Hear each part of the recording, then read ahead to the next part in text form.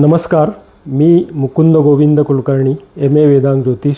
माझ्या वेद अध्यात्म ज्योतिष या यूट्यूब चॅनलवर आपणा सर्वांचं प्रथमतः मनपूर्वक स्वागत करतो. आजच्या व्हिडिओमध्ये मी 7.5 आणि गुरुगोचर अर्थातच गुरुचं कर्क राशीतलं भ्रमण आणि ज्यांना 7.5 आहे म्हणजे मेष रास, कुंभ रास आणि मीन रास या 3 राशींना 7.5 आहे. तर या 7.5 असलेल्या राशींना गुरुचं गोचर भ्रमण नक्की काय परिणाम करणार आहे हे या व्हिडिओमध्ये मी सांगतो आहे. ज्योतिषशास्त्र आणि त्या दृष्टीने अभ्यासांती मांडलेलं मी हे मत आहे. त्यामुळे या गुरुगोचरचा 7.5 असलेल्या लोकांना होणारा जो परिणाम आहे तो चांगला पण आहे आणि थोडा वाईट पण आहे. अर्थात चांगला आहे याचं कारण असं आहे की बऱ्याचशा गोष्टी कर्क राशीतल्या गुरुच्या भ्रमणामुळे सुसह्य होतील यात शंका नाही. परंतु शास्त्रवचन असं आहे की ज्या स्थानामध्ये गुरु येतो त्या स्थानासंदर्भात तो काहीतरी त्रासदायक स्थिती निर्माण करतो. अर्थात ही त्रासदायक स्थिती काय आहे, किंबहुना आपल्याला या 7.5च्या कालखंडामध्ये नेमक्या कुठल्या गोष्टीमध्ये फायदा होणार आहे, किंबहुना गुरुची कृपादृष्टी ज्या स्थानावर आपल्या पडणार आहे त्या स्थानातून नेमक्या कुठला लाभ आपल्याला होणार आहे या संदर्भातली ज्योतिषशास्त्रीयदृष्ट्या शास्त्रोक्त चर्चा मी आपल्याशी करतो आहे. प्रथम आपण मेष राशीकडे वळूया. ही जी मेष रास आहे या मेष राशीला सध्या 7.5 चालू आहे. आपल्या व्ययस्थानामध्ये शनी महाराजांचं भ्रमण सुरू आहे. अर्थात शनीची 7.5 म्हटलं की प्रत्येक गोष्टीत थोडा विलंब, किंबहुना थोडा मानसिक त्रास, बऱ्याचशा गोष्टीमध्ये कामामध्ये अडथळे, अशा सगळ्या गोष्टी आपण 7.5 असणाऱ्यांच्या बाबतीत बघतो. परंतु गुरुचं जेव्हा भ्रमण होतं, गोचरी भ्रमण गुरुचं जेव्हा कर्क राशीतून झालेलं आहे, तर ही कर्क रास जी आहे ती आपल्या 4थ स्थानात येते. म्हणजे आपल्या राशीच्या म्हणजे मेष राशीच्या 4थ स्थानातनं गुरुचं भ्रमण होतं आहे. अर्थात गुरुचं भ्रमण आपल्याला लाभदायक यासाठी आहे की ज्या ठिकाणी आपले शनी महाराज आहेत त्याच ठिकाणी गुरुची दृष्टी पडते. त्यामुळे 7.5चा बराचसा त्रास आपला कमी झाला असं समजायला हरकत नाही. जवळजवळ नाहीसा झाला असं समजलं तरी चालेल. त्याचं कारण असं आहे की गुरुची अमृतमय दृष्टी शनीवर आहे आणि तीही व्ययस्थानात आहे. म्हणजे आता याच्यामध्ये 2 महत्त्वाचे फायदे आपल्या लक्षात येतील की व्ययस्थानामध्ये शनी असल्यामुळे कामाला होणारा विलंब आता होणार नाही. जो मानसिक त्रास आपल्याला होत होता तोही होणार नाही. काही कोर्ट कचेरीची कामं आपली प्रलंबित असतील तर त्यालाही गती मिळेल. त्याचप्रमाणे याच गुरुची दृष्टी आपली अष्टमस्थानावर पडते आहे. आता या अष्टमस्थानातून आपल्याला अचानक धनलाभ होण्याची शक्यता आहे. किंबहुना आपण शेअर मार्केटमध्ये काही इन्व्हेस्ट केले असतील पैसे, त्यातून आपल्याला फायदा होईल. किंवा या संदर्भामध्ये ज्याला आपण एक अचानक श्रम न करता मिळणारा जो पैसा असतो तो आपल्याला या काळात मिळेल. त्याचप्रमाणे दशमस्थानावर गुरुची कृपादृष्टी आहे. दशमस्थान जेव्हा अमृतदृष्टीने गुरु शुभ करतो तेव्हा निश्चितपणे नवीन व्यवसायामध्ये प्रारंभ किंवा ज्या व्यवसायात आपण आहात त्या व्यवसायामध्ये फायदा, नोकरीमध्ये असाल तर नोकरीमध्ये समाधानकारक स्थिती, त्याचप्रमाणे आर्थिक लाभ, त्याचप्रमाणे प्रमोशन, अशाही गोष्टी आपल्याला या ठिकाणी प्राप्त होऊ शकतात. आता गुरुचं भ्रमण आपल्या राशीच्या 4थ स्थानातनं आहे. म्हणजे 4थ स्थानासंदर्भामध्ये काही गोष्टीमध्ये आपल्याला थोडा त्रास जाणवू शकेल. त्यामध्ये आईचं आरोग्य जर खराब असेल तर आईच्या आरोग्याची काळजी घ्या. त्याचप्रमाणे काही प्रॉपर्टीच्या बाबतीत आपल्याला जर काही निर्णय घ्यायचे असतील तर ते विचारपूर्वक घ्या. किंबहुना प्रॉपर्टीचे पेपर्स जे असतात ते व्यवस्थित बघून निर्णय घ्या. तर या संदर्भामध्ये थोडं सतर्क राहा. गुरु अगदीच अशुभ काही करत नाही, पण गुरु हे सांगतो की योग्य असेल तरच पुढे जा. कारण गुरु हा एक सात्विक ग्रह आहे, ज्ञानी ग्रह आहे, प्रसरण पावणारा ग्रह आहे. म्हणजेच या सगळ्या गोष्टी गुरुकडे आहेत. त्यामुळे निश्चितपणे तो आपल्याला सूचना देतो किंवा काळजी घ्यायला लावतो. तर 4th स्थानासंदर्भामध्ये आईच्या तब्येतीची काळजी घ्या. कुठलेही प्रॉपर्टीचे व्यवहार करताना काळजी घ्या. बाकी तुम्हाला गुरुचं गोचर अत्यंत शुभ आहे असं समजा आणि कामाला लागा. धन्यवाद. आता आपण दुसऱ्या राशीकडे वळूया. ती रास आहे कुंभ रास.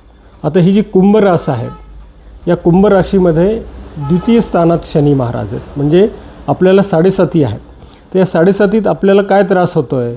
थोडंसं काही कौटुंबिक मानसिक त्रास असू शकतात, थोडं नैराश्य असू शकतं, किंबहुना आर्थिक काही प्रश्न आपल्याला सतावत असते.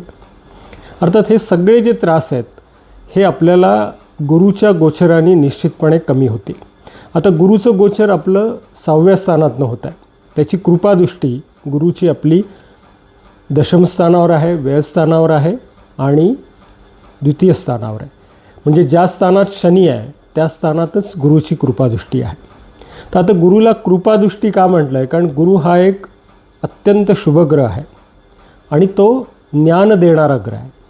असं म्हणतात की आयुष्यामधले बरेचसे प्रश्न अज्ञानामुळे निर्माण होतात. तर हा अज्ञानाचा अंधकार दूर करून ज्ञानाचा प्रकाश देणारा हा जो गुरुग्रह आहे तो आपल्या द्वितीय स्थानावर दृष्टी ठेवतो. म्हणजे काही कौटुंबिक मतभेद आपले असतील ते दूर होतील, कुटुंबामध्ये काही अडचणी असतील त्याही दूर होतील, किंबहुना आपल्याला काही शारीरिक त्रास असतील तेही दूर होतील, कुटुंबामध्ये कोणाचं आजारपण असेल तेही आजारपण कमी होईल. त्याचप्रमाणे आपलं दशमस्थान देखील गुरु आपल्या अमृतदृष्टीने शुद्ध करतो आहे. त्यामुळे नोकरी व्यवसाय या संदर्भामध्ये आपल्याला चांगली फळं मिळतील. त्याचबरोबर नोकरीमध्ये प्रमोशन मिळेल, पैसा हातात येईल. व्ययस्थानावरही गुरुदृष्टी टाकतो आहे. व्ययस्थानामधले बऱ्याचशा गोष्टी म्हणजे आपल्या चिंता मिटतील, आपले खर्च कमी होतील, किंबहुना जिथे आपला खर्च होईल तो योग्य ठिकाणी होईल. त्यामुळे या गोष्टीमध्ये फायदा झाला तर आपल्याला शनीचा त्रास कमी झाला असा वाटेल. आणि द्वितीय स्थानामध्ये आपल्या सध्या शनी महाराज भ्रमण करत आहेत, तर त्यांच्यावर गुरुची दृष्टी असल्यामुळे बरेचसे लाभ आपल्याला होतील. त्याचप्रमाणे षष्टम स्थानात गुरुचं गोचर आहे. म्हणजे याचा अर्थ असा आहे की आपल्यालाही आपल्या आरोग्याच्या बाबतीत काळजी घ्यायची आहे. दुर्लक्ष करू नका. एखादा जर त्रास आरोग्याचा झाला असेल किंवा अनारोग्य असेल तर वैद्यकीय सल्ला घ्यायला विसरू नका. दुर्लक्ष करू नका, कानाडोळा करू नका, कारण कुठलाही आजार भविष्यात गंभीर होऊ शकतो. त्यामुळे काळजी घेणं हे आपलं काम आहे. गुरुचा एक महत्त्वाचा गुणधर्म मी आपल्याला सांगतो की गुरु एखादी गोष्ट आपल्याला आपल्या दृष्टिक्षेपात आणून देतो. त्यावेळेस आपल्याला वाटतं की अरे काय अडचण आहे, परंतु हीच अडचण जर आपण लक्षात घेतली तर त्या अडचणीतून निश्चितपणे मार्ग निघतो. तसंच आरोग्याचं आहे. आरोग्याची एखादी कुरबुर कदाचित आपण दुर्लक्षित कराल, पण त्याचा गंभीर परिणाम होऊ शकतो. त्यामुळे वैद्यकीय सल्ला घेऊन आरोग्याच्या अडचणी दूर करणं किंवा आरोग्यामध्ये निर्माण करणं या बाबतीमध्ये आपल्याला थोडी काळजी घ्यावी लागेल. बाकी सर्व दृष्टीने आपल्याला गुरु दशमस्थान, व्ययस्थान, द्वितीय स्थान हे शुभ करतो आहे. त्यामुळे शनी महाराजांची जी 7.5 आहे ती जवळजवळ आपल्याला नाही आहे असं आपण समजा आणि कामाला लागा. धन्यवाद. आपण आता तिसऱ्या राशीकडे वळूया. तिसरी रास आहे मीन. ही स्वतःचीच गुरु महाराजांची रास आहे आणि या राशीला देखील 7.5 आहे, कारण मीन राशीमधनंच शनीचं भ्रमण सुरू आहे. त्यामुळे आपल्याला जी 7.5 आहे आपल्या व्यक्तिमत्वामध्ये थोडाफार बदल आपल्याला जाणवत असेल, थोडी चिडचिड आपली वाढली असेल, कामं न झाल्यामुळे आपल्याला थोडा मानसिक त्रास होत असेल, तर हे सगळे 7.5चे परिणाम आहेत. आता गुरु महाराज आपल्या पंचम स्थानातनं भ्रमण करत आहेत. आता पंचम स्थान हे खरं म्हणजे शुद्ध स्थान आहे आणि अतिशय उत्तम असं त्रिकोण स्थान शास्त्रामध्ये मानलं गेलं आहे. त्यामुळे पंचम स्थानातून एक अंतर्स्फूर्ती आपल्याला मिळते. म्हणजे आपल्या अडचणींवर आपण कशी मात करू शकू या बाबतीत आपल्याला ज्ञान मिळेल. म्हणजेच आपल्याला रिअलायझेशन हा जो प्रकार असतो तो यावेळेस जाणवेल आणि आपण नेमके कुठे चुकलो आहोत याची आपल्याला जाणीव व्हायला लागेल. अर्थात गुरु हा थोडंसं कुठेतरी त्रास देतो असं म्हणतात ज्या स्थानात असतो. तर या पंचम स्थानामध्ये गुरु आपल्याला जर आपण काही विशिष्ट कामं करत असाल की जी शैक्षणिक क्षेत्रासंदर्भामध्ये असतील किंवा आपण शिक्षण घेत असाल तर त्या संदर्भामध्ये काही कन्फ्युजन निर्माण करू शकतो. तर आपण नीट विचारांती निर्णय घ्या, म्हणजे आपल्याला योग्य मार्ग सापडेल. त्याचबरोबर गुरुची शुभदृष्टी आपली नवम स्थानावर म्हणजे भाग्यस्थानावर आहे, लाभस्थानावर आहे आणि लग्नस्थानावर आहे. आता लग्नस्थानावर गुरुची दृष्टी असली की तो व्यक्तिमत्वामध्ये खूप चांगले बदल करतो. आपल्याला कोणता मार्ग योग्य आहे याचं ज्ञान गुरुच आपल्याला देतो. अज्ञानापासून दूर नेऊन ज्ञानाचा प्रकाश गुरु आपल्याला दाखवतो. त्यामुळे ही सर्वात मोठी जमेची बाजू आपली आहे. भाग्यस्थानावर दृष्टी असल्यामुळे आपण जर कुठे शिक्षणासाठी बाहेर जाण्याचा प्रयत्न करत असाल तर तो यावेळेस यशस्वी होऊ शकेल. त्याचप्रमाणे आपल्याला एखादी गोष्ट फार दिवसापासून अपेक्षित असेल किंवा काही गोष्टींची आपण अपेक्षा करत असाल, मग ते आर्थिक स्रोत असेल किंबहुना अनेक बाकीच्या काही गोष्टी असतात, नातेसंबंधामध्ये कुठे दूरता आली असेल, तर त्या सगळ्या गोष्टी इथे व्यवस्थित होतील आणि एक आपल्याला आत्मिक आनंद या पद्धतीने आपल्याला गुरु देईल.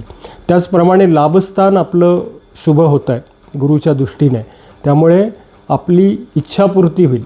ज्या काही इच्छा आपल्या आहेत त्या इच्छा पूर्ण होतील. आपलं जर विवाह आपला व्हायचा असेल तर विवाहाच्या दृष्टीने आपल्याला एक चांगला काळ आहे. त्याचप्रमाणे बऱ्याच प्रकारचे लाभ आपल्याला होणार होते पण ते झालेले नाहीत, तर या काळात ते लाभ पूर्ण होतील.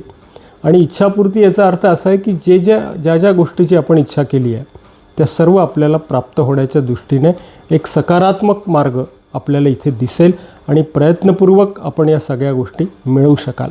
आपलं लग्नस्थान गुरु आपल्या कृपादृष्टीने शुद्ध करतो आहे.